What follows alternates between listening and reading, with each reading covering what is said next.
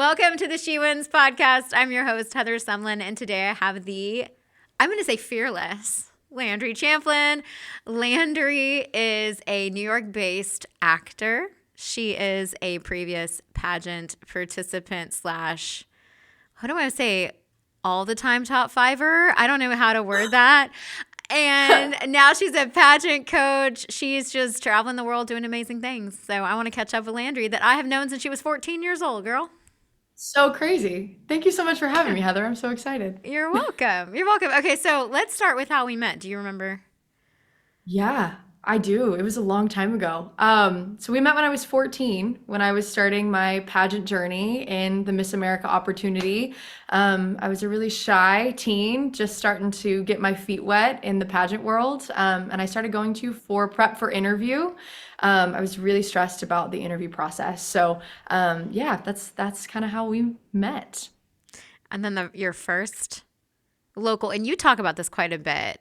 Yeah, I Your do. first Um, local. Yeah. Talk you tell the story. Yeah, so we met when I was 14, and I was competing in my very first local in the Miss Texas organization. And I have a speech impediment. So when I was a kid growing up, I have a kind of stutter. It's called blocking. So for me, going into the pageant world where there's so much public speaking involved, very, very scared of that. I was very afraid of that. And so leading up to my first competition, I was really scared of two things. I was really scared of onstage question, and I was really scared of interview. And so we met, we worked on that a little bit. But obviously, when I walked on stage for the very first time doing my onstage question, I stuttered on stage, which was my biggest fear as a 14-year-old high school freshman. So yeah, that's kind of how we met. We started working together, and I had no idea that that moment for me was going to be such a pivotal moment in my life for me at 14 to kind of face the thing that I was most scared of, which was stuttering on stage in front of people and having to kind of talk about it and have the world see me for all that I was and who I am. So yeah, that's kind of how I got my start with you, and that was the beginning of a really, really long journey in pageantry, which now led me to do all of the things I'm doing now. I remember, I mean, obviously it's been a minute, but I Yeah, remember the stutter story. I mean, it became like the foundational part of Live Fearless, like did. doing what you're afraid of. Yeah. So tell us a little bit about the Live Fearless Foundation. How did that start? Tell us about your book, all the things. Oh goodness, yeah. So for those of you that don't know me, Live Fearless was my platform when I was competing in pageants, and it pretty much means what the name of it is. It means living fearlessly, stepping outside of your comfort zone. So for me, that stutter story, it was the foundation of it because for me, that was really the first time I faced my fears. I got on stage, I spoke in front of people, and I learned a lot from that. That was kind of the experience for me that showed me that you can do things that are scary and there can be growth from things that are scary. And so that lesson to me was invaluable. And I took it with me on a lot of different phases and eras of my life. And I created a platform around it. So through that, I started a nonprofit organization called the Live Fearless Foundation. And basically, I got to go into schools. I got to talk to kids about the importance of stepping outside of their comfort zone. And I got to work with a lot of really cool people and different organizations doing that. And then I also published my own children's book series called Fiona the Fearless Fox, which again kind of like centers around that idea of living fearlessly, stepping outside of your comfort zone, and puts it in terms that kids can really understand. So yeah, I got to do a lot of really amazing things with that, but I'm really thankful for that first lesson that I learned of, standing on stage, being who I was, and everything that taught me. So got to do a lot of really, really cool things with that. And yeah, it was a really awesome experience and an awesome opportunity. So I ask everyone some of the same questions. Yeah. And one of the questions is to define winning. And I feel like you might have a really cool definition for winning, someone who has been a runner up for a while. How do you define it? Yeah, so I definitely don't define winning by winning the title, winning the crown, because if I did, I would be the ultimate loser. I placed in the top five. So, okay, so I did Miss Texas and Miss Texas Teen 7 years in a row, six because of COVID. And all six times that I walked on stage, I placed in the top five. I did extremely well, but I never walked away with that overall title. And it's really interesting because I feel like for me, I definitely mastered like the craft of the competition. I won like overall talent, overall interview, evening gown, like anything that you could win, I did, except for the overall title. And I think from that experience, I learned that winning is not necessarily like waiting to be chosen or having someone else pick you or say like, oh, you're the best at this. It's the growth that you find within yourself. And I think the win is the journey. The win is the confidence that you find along the way. And when I look at myself when I started competing, age 14, very shy, didn't want to talk on stage, to now the person that I am living in New York, like performing on stage and talking on stage for like an actual living, like that to me is the win. It's the confidence that you gain, it's the experience that you have, it's the failures you have along the way and like how you bounce back from that. So I never won an overall title, but I won so much more in the process. And now kind of also looking back on it too, I realized like it was never for me to win. It was never an experience that I was supposed to have. I was getting what I needed out of that, without having to have a crown on my head. So yeah, I think winning is the process. It's what you make of it. It's the journey. It's the experience, and it's the growth that you find. And it seems to me like if you would have won, you wouldn't Yeah. be where you are now. Okay, yeah. So I actually talk about this a lot. When I was competing for Miss Texas, so as a Miss, I was in college. And at that same time, obviously in school, I was going to school for theater and music. And for those of you that don't know anything about like the acting or the music theater world, it's really hard. It's really crazy. It's insane amount of hours. It's a lot of work. It's a lot of being up in front of people, performing all of the time and being told like, yeah, I didn't really like that, or like, yeah, that wasn't really great. Can we tweak this? So it's a lot of being up in front of people and dealing with people's opinions, and kind of like waiting to be picked, waiting to be chosen for a role or a job. And so when I was in college for it, it was really hard. It wasn't what I expected it to be, which was, I thought it was just going to be kind of this experience where like, you get to go, you get to be in shows, you get to make theater and art together with people. And I loved that aspect of it. But it's actually a little bit more like the pageant world than I thought it was. And so for me in college, like I really viewed pageantry as an outlet from school. Like school was really hard, and I viewed pageantry almost as my way out. Like if I had won Miss Texas, the goal and like the plan for me all along is like if I had won, I would have taken a year off of college. I would have done my year, my reign, and then I would have gone to another school, done a job or done a major that was more normal, I guess, and kind of started over somewhere else. That was always kind of the plan for me. And it was weird because I kept getting close to winning and I never did. And every year I was like, okay, I don't know that I'm going to go back to college. I don't know if, I'm going to start over somewhere else and pick a new major, do something that's a little bit easier. But like something kept leading me back to theater and to acting. And even my final year that I was supposed to compete for Miss Texas. So I won a local title, and I ended up having to give up that title because I had some opportunities in New York that kind of led me there. But even that experience, it was like I was supposed to be doing theater. I was supposed to be acting. And I think had I won, I'm not sure that I would be. And now I can't imagine my life any other way. So let's go down memory lane for a second. Yeah, let's do it. That's a lot. I remember you trying to decide what you wanted to major in and where you wanted to go to school and for what. And if I Yeah. recall correctly, you wanted one lane, maybe mom and dad wanted another lane. I don't know. What was that like, trying to decide like where should I go? What should I do with my life? Because on your paperwork didn't really say musical theater. Yeah. So backstory on me, I grew up as a singer, so this kind of goes along with like the whole speech impediment thing. It's impossible to stutter when you sing. So I grew up as a singer, and it was really an outlet for me to be able to communicate in a way where I didn't really feel hindered in the way that I did when I was talking. So I grew up really only as a singer, and I performed a lot, but I never talked on stage. And then when I was in high school, I got really into theater. I did it through school, and it completely changed my life. It was really one of the places I felt like I belonged. And my parents, I love them so much, but they're so academic. My dad is very STEM. My mom used to be, a teacher. She's very into like writing and that world. And I never really felt like I fit into either one of those categories. Like I was good at some of those things, but I was like, I don't really see myself doing this with my life.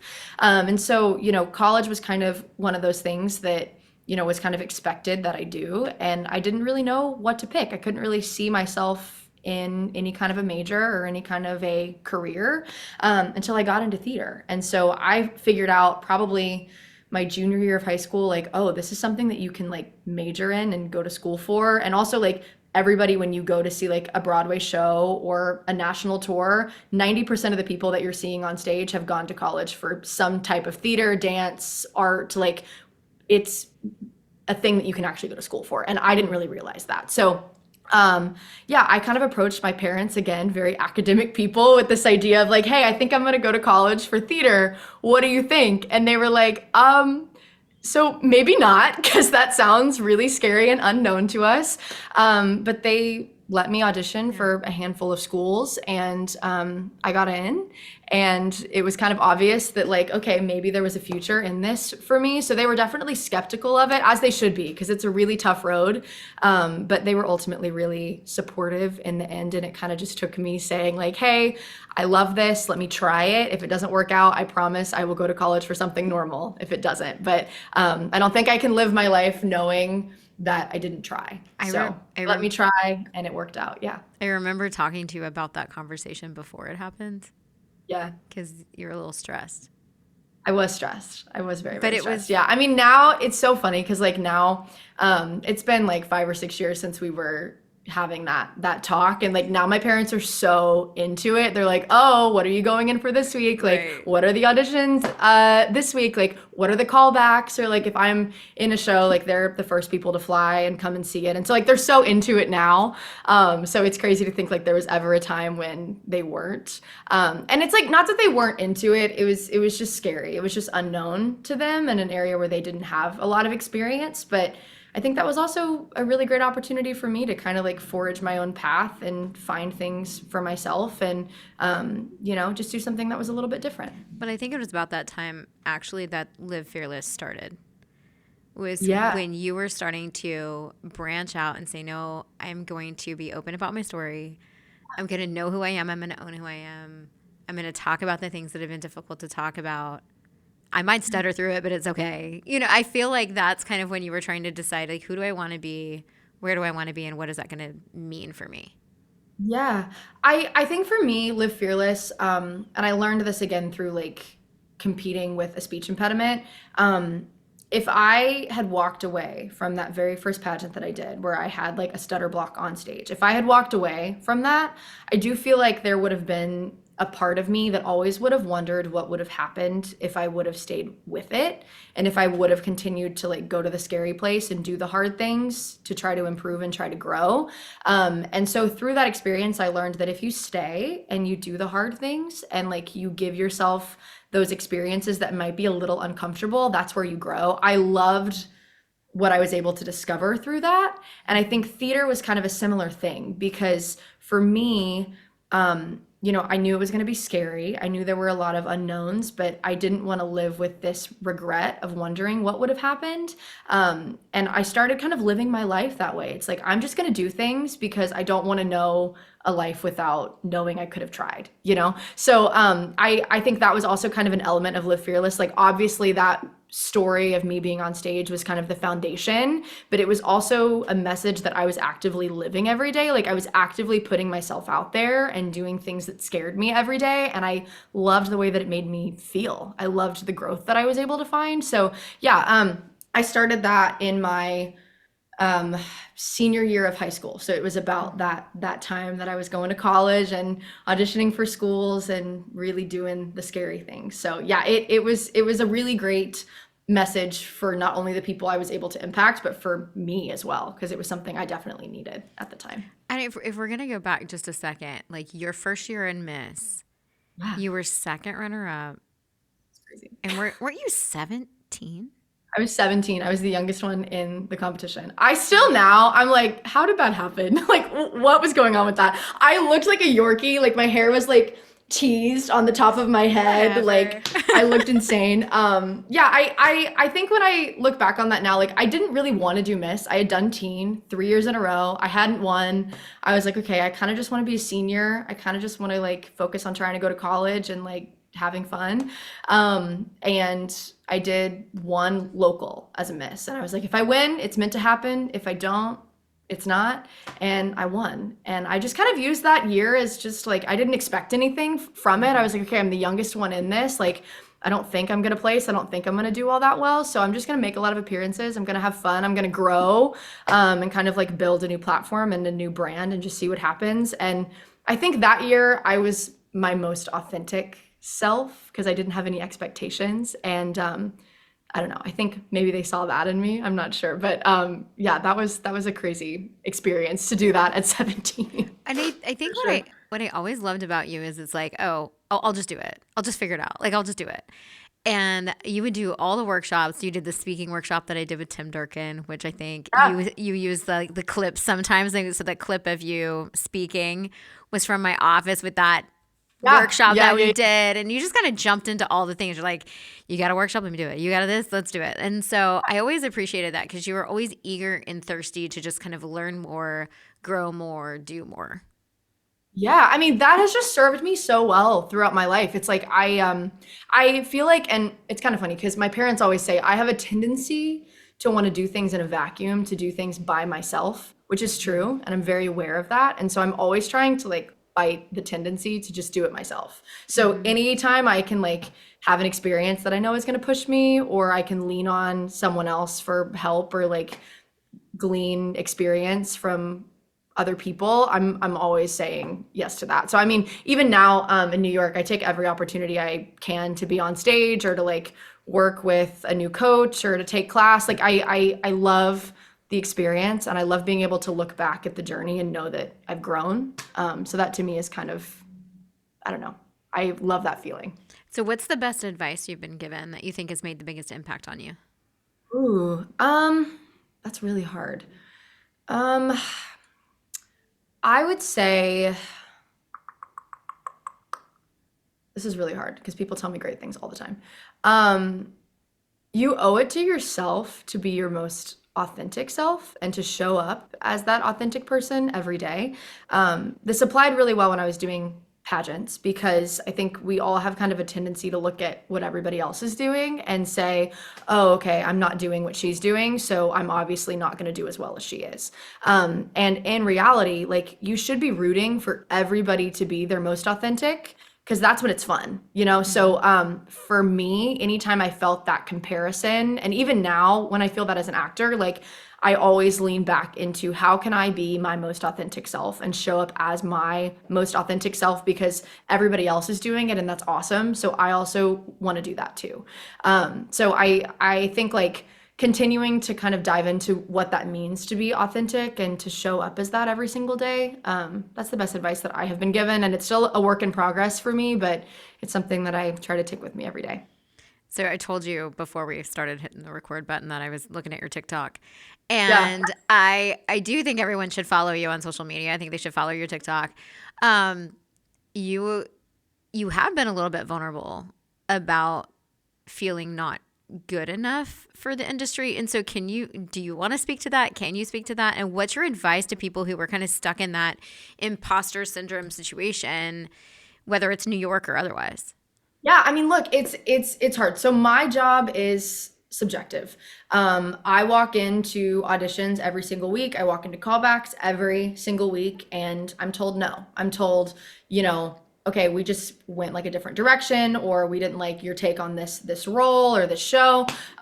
It's constant, and so for me to be able to continue to show up every single day, I have to be able to kind of tune that out. But it's really, really hard. It's really, really hard. And I think, especially for people competing in a pageant, it's the same thing. It's like you're putting your most authentic self out there for a panel of 5 to 7 people, and they might love what you're doing, they might hate what you're doing, but like you're not in control of that. And so, every so often it does kind of start to take a little bit of a toll. And right now for me, it's audition season in New York. So last week I had 9 auditions. Insane. None of the 9 went well, and that happens. And I think it's important to be honest about that. And like when you're going through it, I think it's important to be honest about that. Because if we're all just like posting only the high points all the time, when you are having a low and like you go to the internet and everybody's just posting their high, it's like, okay, that's not authentic. That's not real. And I have had a lot of highs and I do share those, but when I have a low, I love to share a low. Because it's hard to show up as your most authentic self every day, put yourself out there and be told it's not good enough. And it's hard to do it 9 times in 1 week. Like that will make you crazy. So That's a lot. You and I should catch up more often. So yeah. tell me a little bit about American Idol, because obviously that's coming up. I'm really excited. You've been kind of teased on the commercials, I guess. I don't know. And so we know you're on it. So I know you can't tell us anything really, but like, what was that like? Yeah, I mean, I will tell you everything I'm allowed to tell you. So new season of American Idol will air on March 9th. Very exciting. And I got to audition in front of the celebrity judges, which was like really, really cool and fun. I haven't posted about it on Instagram yet, but I've been in like almost every promo and commercial that they've run, which is really fun and exciting. I will also say they haven't told me that they were gonna do that. So like the first time that they aired one, like my phone was blowing up because I hadn't told anybody yet. And they didn't tell me until after the fact. So I filmed my audition back in New York. It was a really amazing experience. I had been trying to get on the show for 3 years. So a lot of people don't know there's a lot of rounds of auditions you have to go through before you even get to audition on the TV show. So it was a really great experience, definitely a bucket list item, and I'm excited to watch it all play out on March 9th. They're also airing like a preview episode March 2nd after the Oscars. So I don't know if I'll be on that. They haven't told me yet. I'm sure they will. But tune into that too. See what happens next. It's fun. Very cool. I'm excited because maybe this will be a time when we can actually help you get a yes. Now, I don't know. It depends on how far you make it on the show. We're just going to have to see. Who knows? We're going to have to see. But I mean, it is television, so it's real, but it's also not at the same time. So I'm excited to watch it all play out on TV. Oh, I totally get it. I've worked with a couple of clients who have been on The Voice and things like that. And it's great TV. It's entertainment at its finest. And you get to support the people. And then as far as they go, and it's great. But and like the people you meet, like the people I met just in the audition, like I'll start there, like everybody comes from such a different walk of life, and they come from different parts of the world. And I actually got to film in New York, and it was the first time they had filmed there in years and years and years and years and years. And so that was cool because there were a lot of people that came from small towns to film, and they were kind of experiencing like the city for the first time. And it was a really, really cool experience, and everybody on the show is just so amazing. It's wild. So I'm excited to watch it all play out on TV.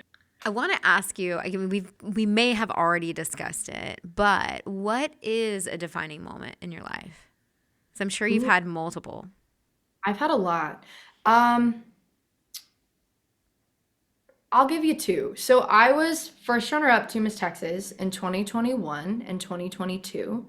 And the second time that I was first runner-up, I always say like that moment when they didn't call my name was one of the most like influential moments of my life in a lot of ways.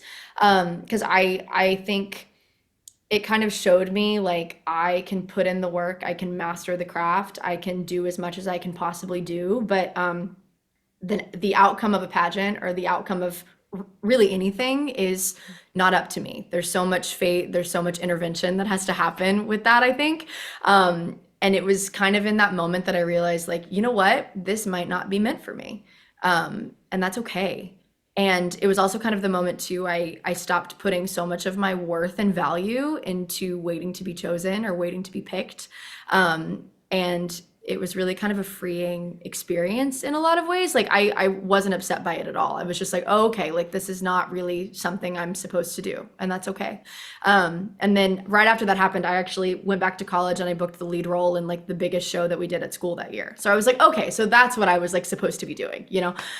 So that was one. And then kind of going along with that, you know, there was a part of me that kind of knew, you know, like I don't think that this is for me, but I went ahead and I won another title anyway. And I was like, let me see if I can make this work again.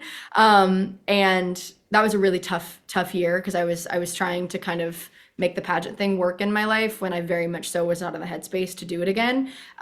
So another defining moment going along with that was when I signed with my agents in New York. So where I went to school, we do something called Senior Showcase. And it's essentially all of the senior class gets to audition to perform in front of agents and directors in New York. And so they bring in some people to like judge the auditions, if you will. And my agent was one of the people that actually came to judge that audition. And he signed me from that one audition that I did. And, you know, up until that point, like I said, you know, I got into theater kind of later into high school, and so I was not one of those people that had like grown up acting and like grown up doing it. And so there was always kind of part of me in school where I was like, you know what, I don't know if like I'm gonna be able to move to New York and to be able to do the thing and to have this like huge agent that carries so much weight within the industry see something in me that was extremely kind of validating, and it gave me the confidence that I needed to walk away from the pageant world because it wasn't really serving me in the way that it had in the past. And it gave me the confidence to be able to move to New York and to do the thing. So both of those things kind of like showed me that, you know, the things that happen in your life, they happen for a reason, and what's meant for you won't pass you. I've always thought that pageantry is a journey of self-discovery. And that's really kind of the point of it. The crown is just an added accessory that gives you opportunities, but it's not necessarily the actual destination. It's Yeah. the journey and who you become in the process. So proud of you for knowing, you know, when to do what for yourself. And moving to New York also had to be kind of a scary thing. So tell me this. What was that like? Being from Texas, going to school in Oklahoma and jumping over You to New know, York. it was a big move. It was a really big move.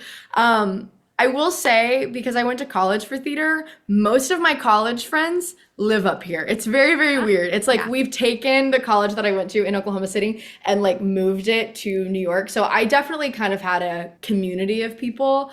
But it's hard. Yeah, I mean, I'm from the land where you can drive everywhere. Here you don't drive, you walk, and it doesn't matter if it's snowing or raining or, you know, all of the things. Yeah, and it's definitely been a change for sure. But I visited New York for the first time like 7 years ago this week, actually, which is crazy. Mm. And the first time that I went to visit, I was a junior in high school. And I will never forget, we got off the plane, we got to our little like hotel, we walked around, we saw a Broadway show, and I was like, I think that this is where I'm supposed to be. I like very much so feel like the energy of New York fits who I am. So it was a transition for sure, just because it moves faster than life does in Texas. But I had my people, I had kind of a team of people up here already. So it's been a lot of fun. And now, like, I always kind of joke, I live here, but I travel all the time for shows and for gigs and things. So I'm based in New York, but I feel like I'm never here. I feel like I'm all over the place. So That's yeah. probably true. And that might be a good thing this time of year when it's so stinking cold.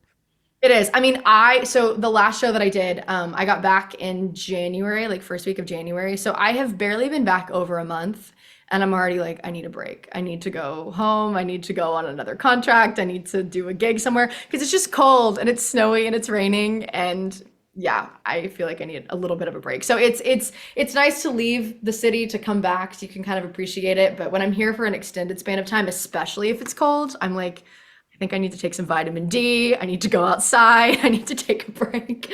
So yeah, it can be a lot. It has its ups and its downs for sure, but it's definitely really, really fun. Well, how do people follow you?